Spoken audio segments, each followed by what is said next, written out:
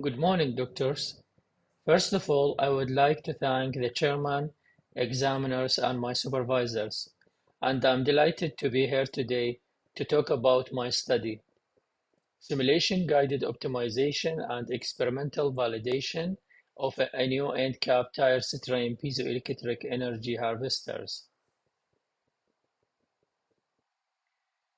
As you all aware, the vehicle tires are very important for tire safety because they are the only link between the vehicle and the road. And as Bridgestone says, your car is only as safe as your tires. That's why the tire failure are responsible for over than 10% of traffic accidents. The story begins on the 19th of April 2000. After 2,200 complaints that includes 271 deaths and more than 800 injuries, Ford and Firestone companies recall 14.4 million tires in USA, Europe, Saudi Arabia, Malaysia, and many countries. Based on the investigation, it was found that the main cause of tire failure was because of tire improper pressure, which is either too low or too high pressure. Therefore, from 2007 onward, USA and Europe put a regulation to mandate tire pressure monitoring systems in new vehicle tires. So after TPMS being regulated in many countries, the companies start to produce many types of TPMS around the world. All these different types of TPMS are powered by disposable batteries. This powering by batteries method encounters several issues. First, batteries' limited lifespan that necessitate a regular replacement. Second, batteries may suddenly stop working, resulting in loss of vital tire information without warning the drivers. And third, the usage of batteries makes the TPMS heavier and bulkier, which impact the tire performance. As can be seen here in this photo, you can see this is the battery here that make the TPMS size bigger, and the weight is 200 grams of this commercial TPMS. So researchers reported that the wasted tire deformation energy is more than 1 kilowatt hour. A suitable replacement of batteries is using tire strain piezoelectric energy harvesters (TSPEH) because TSPEH can be mounted inside the tire close to TPMS and provide power to that TPMS. Now let's move on to the problem statement. Nowadays, smart tires with embedded sensors are becoming increasingly energy demanding. And in terms of piezoelectric material, there are two common material. One is PVDF, which is a flexible polymer and suitable for inside tire applications, but harvest less energy compared to the second type. The second type is PZT, that can harvest higher energy but is fragile and not suitable for direct use inside tire applications. Also, researchers usually directly adhere piezoelectric material patches to the tire inner liner, which encounter following issues. First, it raises tire safety concerns since it affects tire flexibility and dynamics. Second, harvester may damage due to punctures or external objects penetrating the tire. Third, high temperature inside the tire may damage the harvester. Fourth, low energy harvested by PVDF material. So, as a solution, PZT5X has a superior electromechanical coupling properties, making it a suitable material to harvest the high mechanical energy available in the tire. To bridge this gap, a new structure should be designed to make the tire more friendly environment for such brittle PZT5X material. Now let's move on to the challenges that are related to the problem statement. The first challenge is lack of comprehensive knowledge of the inside tire environment, with a specific goal of identifying the best placement and dimensions within the tire inner liner for TSPEH. The second challenge involves a lack of knowledge in determining the optimal combination of design parameters for the PZT5X material and the supporting structure that known as the end cap. The third challenge is the durability of such harvesters, and that includes mechanical and electrical durability of the harvesting system. Now let's move on to the research objectives. First, to identify key strain distribution patterns for TSPEH mounted within vehicle tire. Second, to identify optimal parameters for TSPEH for inside tire applications. Third, to assess TSPEH electrical and mechanical durability. Regarding the methodology of this study, the tire and the harvester interaction was analyzed separately. In other words, a decoupling modeling approach was utilized. For the pre-optimization phase, the selection of the parameters and their range was derived from many criteria such as previous studies, tire analysis, piezo manufacturer standards, and energy harvester design. For example, there is no piezo standard length of 15.2 millimeters, but 15 millimeter do exist from manufacturer. Okay, in terms of optimization phase, the design of experiment DOE was implemented based on Taguchi optimization method of each factor. And finally, ANOVA analysis was used to identify the major geometrical factor that influence the output voltage. And finally, for the testing method, an Arduino data acquisition system (DAS) was developed to collect data from harvester to an external laptop. Now let's start with findings and discussion section, specifically the static and rotating tire analysis that was implemented using Abacus software. On the left-hand side, it can be seen that the tire is divided into 360 degree. This is to identify the location of deformation region of the tire. And as you can see, the center zone is tensioned. You can see here. While the two external boundaries are compression zones, these boundaries, or this boundary, the same. And the maximum displacement was 16.71 millimeter at the center of the tire footprint, specifically at 180 degree. That has a red color inside the figure.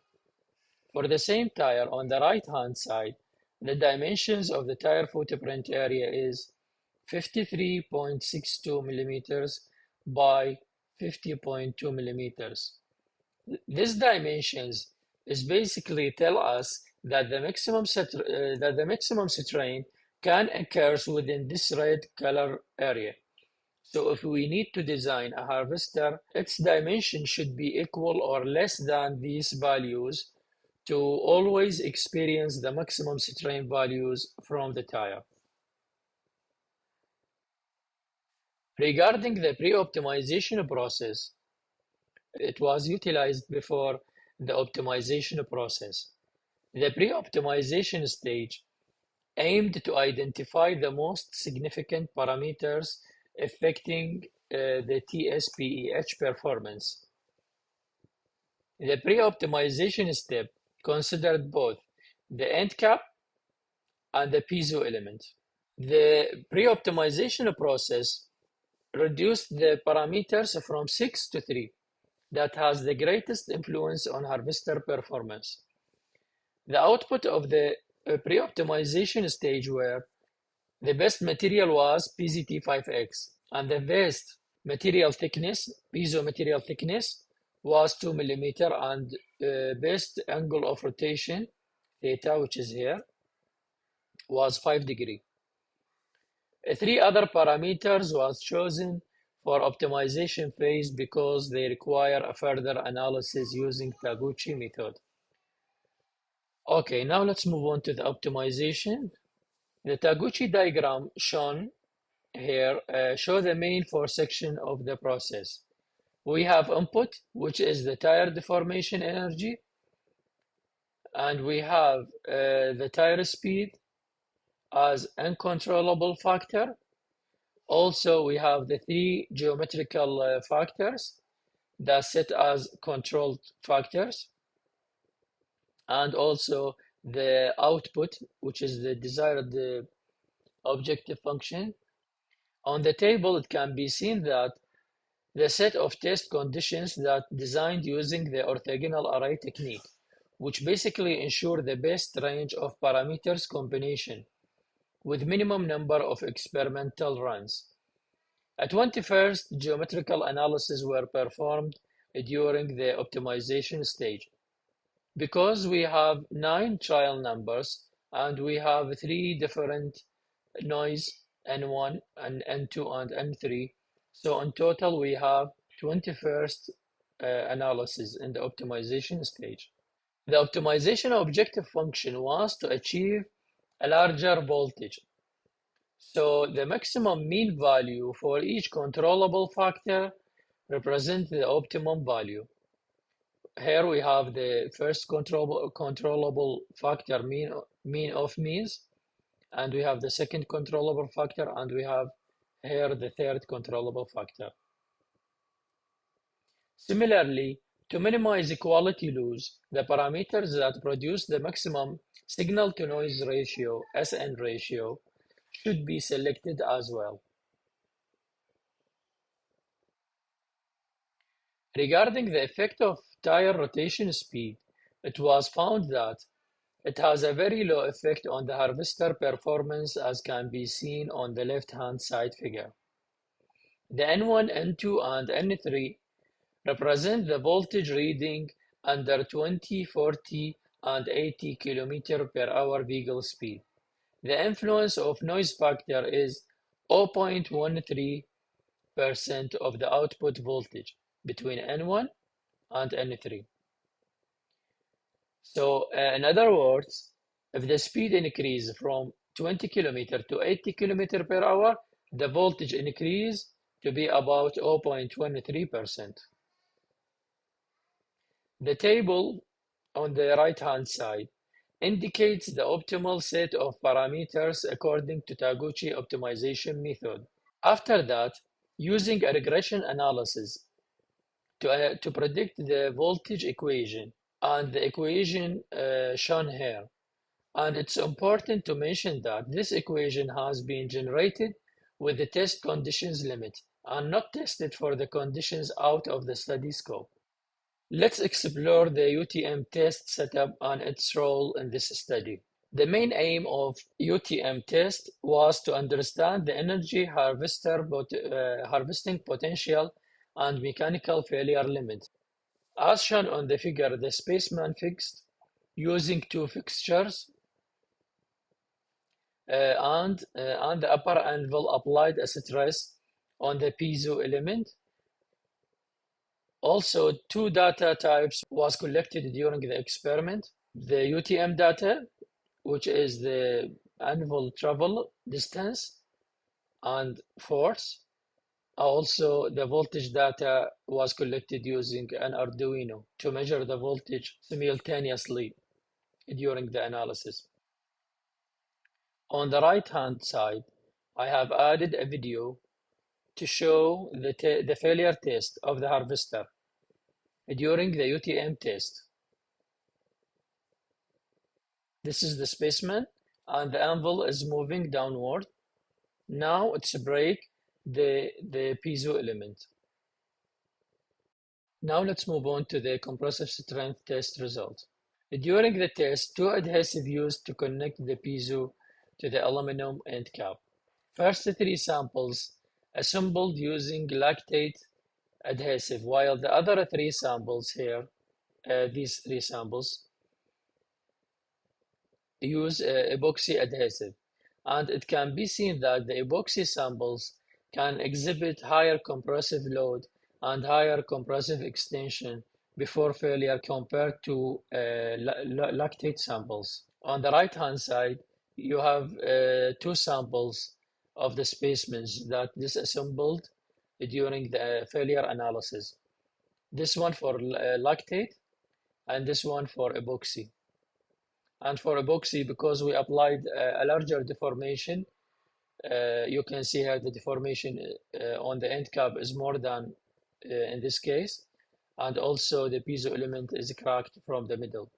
Now let's move on to the UTM cyclic loading test. The black line represents the load waves that apply to the harvester with a speed of 500 millimeters per minute, with a travel distance of 3 millimeters in loading and then 3 millimeters in recovery when returned to original locations. These specimens were tested and they produce a very close voltage values from 46.03 to 46.51 volts during the test time of about 24 seconds.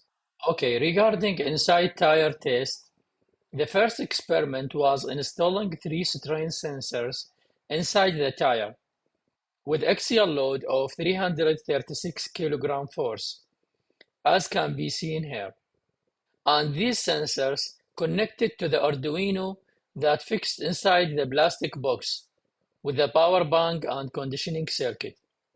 Here I have put a short video showing the connection from inside tire to the Arduino. In this video, you can see the connections from inside tire sensors that two wires, one for positive and one for negative ground, and two just spare wires. If one of the wires damaged, I can replace without opening the tire again.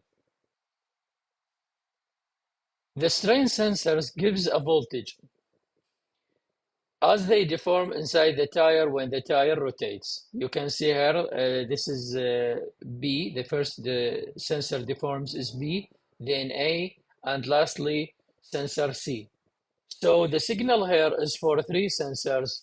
When the car speed fixed on 20 kilometers per hour, the signal of these three sensors are identical, with only one difference, which is time shift between the signal due to the location of each sensor. I mean, the sensor B hit the ground and start to deform, then sensor A, and lastly C. The second figure illustrates the influence of changing vehicle speed on the sensor signal. When the speed doubles, so this signal for 20 kilometers per hour, so when the speed doubles, the strain value remains the same, but its frequency doubles also. In all three speeds, it can be concluded from this result that high vehicle speed charges capacitors faster due to higher frequency of the voltage signal. So, for example, at 20 kilometers per hour, we have three waves, but when we double the vehicle speed, also the waves doubles. So we have here six signals. The last test was mounting the harvester inside the tire, which is the most important test because the main aim of this project was to develop a harvester that can efficiently harvest tire energy. The harvester is glued using epoxy inside the tire from the end cap side to transfer the tire mechanical energy and pass it to the piezo element as tension and compression, and then the voltage measured from the terminals using the gray and the green wires that connected to a resistive load of 3 kilo ohm. On the right, it can be seen the voltage waveform of the harvester during tire rotation. This voltage is for 80 km per hour speed. The voltage spikes represent the harvester initial deformation and when it returns to original curved shape. This graph represents same test result but at different speeds, and again the speed mainly influenced the frequency of the output voltage. However, there were some voltage spikes noticed at high vehicle speed, specifically at 80 km per hour, and this was due to high vibration at high tire speed, which excite the harvester more and caused some voltage spikes here and there. The average voltage output was very close when varying the vehicle speed. Last but not least, the durability experiment of the harvester. This test duration was 3 days long, with overnight break for each spaceman, with a 30-kilometer travel distance total based on 10 km daily. So this data for day 1, and then overnight break, and then day 2, and lastly day 3. During the test, the voltage was measured every 1 km, and then the voltage and energy drop was measured from the harvester. So the energy drop during the total test range was about 1% to 1.5%. All three specimens were working well after finishing the 30-kilometer durability test, with a total deformation of 16,377 deformation for each specimen. But from electrical energy perspective, and according to the energy drop, we can say that the harvester can provide sufficient energy to inside tire sensors for a distance of 5,300 kilometers to 8,250 kilometers. Regarding power and energy of the harvester, three specimens were used in each test to validate numerical result with experimental findings. On the left, the accumulated energy of the numerical result was the highest, and then comes the energy of the real experiment, and it has been conducted at a speed of 80 km per hour. The loss in energy during experiment was due to lack of Arduino ability to track rapid peaks for such high speed, like 80 km per hour. Other factors exist, for example, losses in electrical circuits, or could be related to the piezo material itself, such as variation in polling process during manufacturing. On the right-hand side, the power comparison response of the experiment and the numerical harvester was identical. On the right-hand side, the power comparison response of experimental and the numerical harvesters was identical. To conclude, the energy and power patterns of all cases were identical and validate the study findings. Now let's move on to conclusion to address the study objectives. First, for a small salon car, a maximum strain of 16.71 millimeters, a tire footprint dimension of 53.62 millimeters by 50.20 millimeters, and a stress of 0.559 megapascal can be achieved. Second, the maximum strain always occurs at tire footprint and not affected by varying vehicle speeds. Third, increasing vehicle speed leads to increasing the frequency of strain waveform. Next, based on Taguchi-based combination of parameters, the findings was 11 millimeters for HD and 1 millimeter for TS and 3 millimeter for ALP. Also, energy increased from 32.645 microjoule per revolution to the optimized models of 5.44 millijoule per revolution under similar boundary conditions.